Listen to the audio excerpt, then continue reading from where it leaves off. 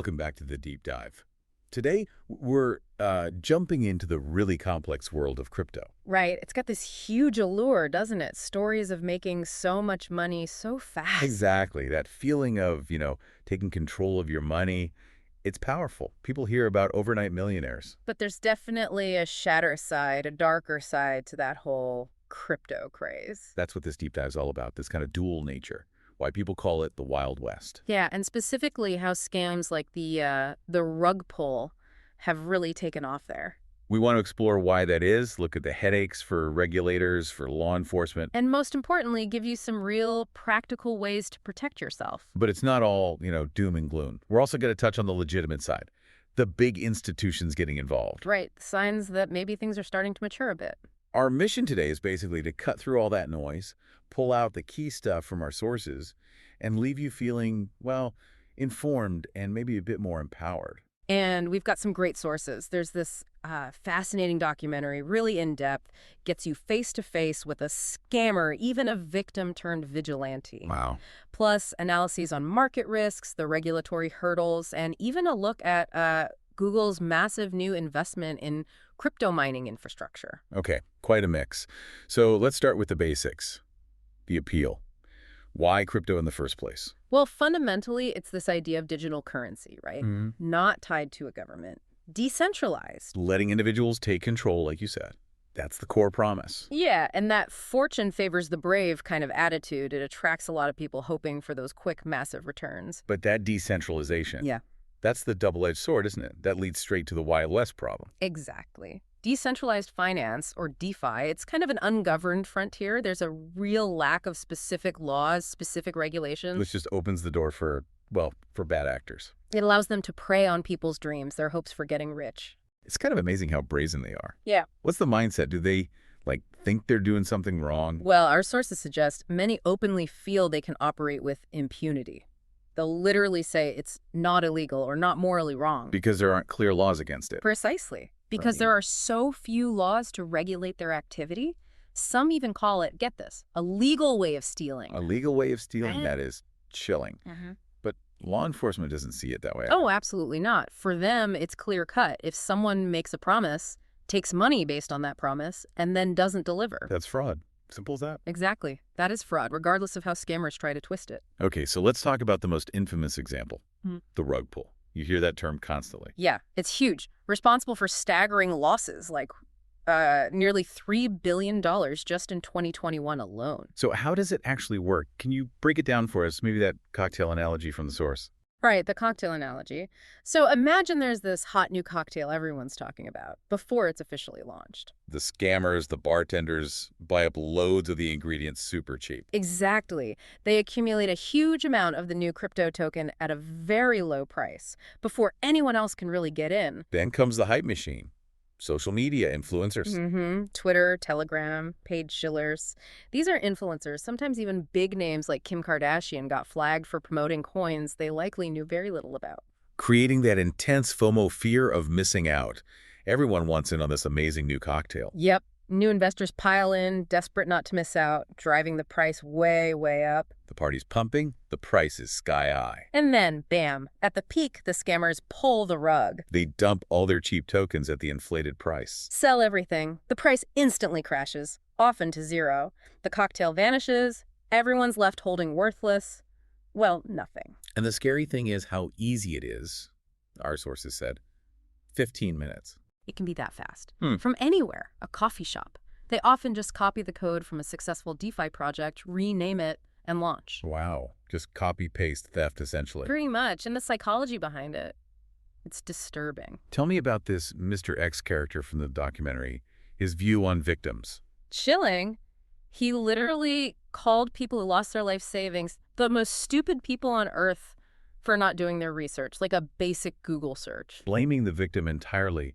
What about people driven to suicide? He dismissed them as weak-minded, just a complete lack of empathy. It's stark. But wait, if they think it's all legal, why the paranoia? The masks? Ah, that's the paradox, isn't it? They claim legality, but they're terrified of being identified. They wear masks because their faces are recognizable. Because exposure would end their, quote, lifestyle. Right. It reveals the lie. They know what they're doing is wrong, or at least deeply unpopular and risky if they get caught. And the impact on victims. It's devastating. Life savings, retirement, gone. Entirely gone. And crucially, crypto isn't like money in a bank. It's not backed by any banks. Meaning no protections, no getting it back. Generally, no. Consumers have no protections, no way of getting their money back. Victims feel totally alone, like in DeFi. No rules apply. The scale is just mind-boggling. The FBI seeing exponential growth in this kind of fraud. And those vigilante groups, like the one led by Robert Browning, getting 1,500 tips in a month, that shows how desperate people are. It really highlights the challenge for law enforcement, doesn't it? Absolutely. Crypto's design makes it tough. That untraceability. It makes finding scammers virtually impossible. Where are they? How do you track them? Plus, many operate overseas, like Mr. X's teams. Yeah, Dubai, Houston, scattered, which makes international cooperation incredibly difficult and slow. So it's the tech itself, plus the global nature, and a lack of specific laws. That too. There's a lack of specific laws around rug pulls specifically. Scammers feel they get a free pass. They even mock the idea of crypto police. And the agencies themselves are swamped. Totally. The FBI, others, they have a lot of cases. It's overwhelming. Which fuels that complaint you hear. Police aren't doing enough. Hence, the vigilantes. Okay, so it's a mess. How are authorities even trying to get a grip on this? Well, one major effort is the FATF travel rule. FATF is the Financial Action Task Force. The travel rule. Okay, what's the goal there? The main purpose is to boost transparency and traceability, to fight money laundering, terrorist financing, the usual financial crime stuff. How does it work in practice? It basically requires crypto exchanges, they call them VASPs, virtual asset service providers, to share user info. Who's sending, who's receiving for transfers over a certain amount. Like $1,000 or $3,000 here in the U.S.? Yeah, those kinds of thresholds. So the upside is better tracking, maybe getting stolen funds back. That's the idea. Reduce contact with sketchy addresses, help filter out illicit stuff, make it easier to trace funds in fraud cases, identify blacklisted wallets. You might see warnings on Binance, for example. It's about building trust, making crypto feel a bit more institutional, secure.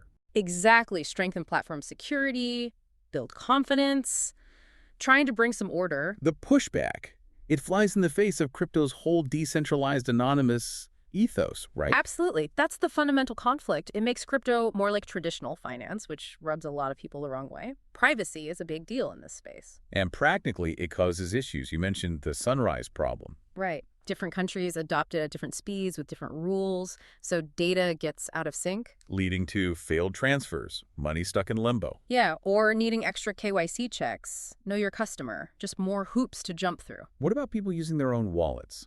Like hardware wallets, MetaMask? It makes that harder too. Exchanges might struggle to verify who owns that external wallet, so they might block transfers in or even withdrawals out. So simple clicks become complex verifications.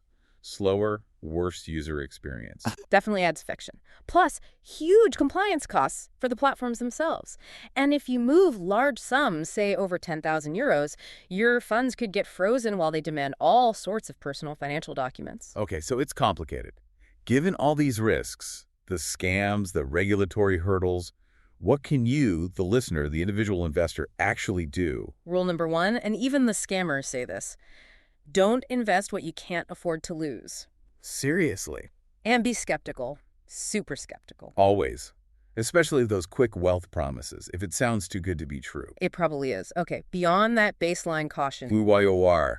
Do your own research. It's critical. How deep does that research need to go? What are we looking for? Understand how the token actually works. Scammers themselves say a simple 5-minute Google search can often expose a weak project. Look beyond the hype. Check the actual project details. Yes, look at wallet transactions on the Blockchain Explorer. Check the token charts. See any sudden massive drops, like 85% in a day. That's a potential dump. What about the team behind it? Look into the developers.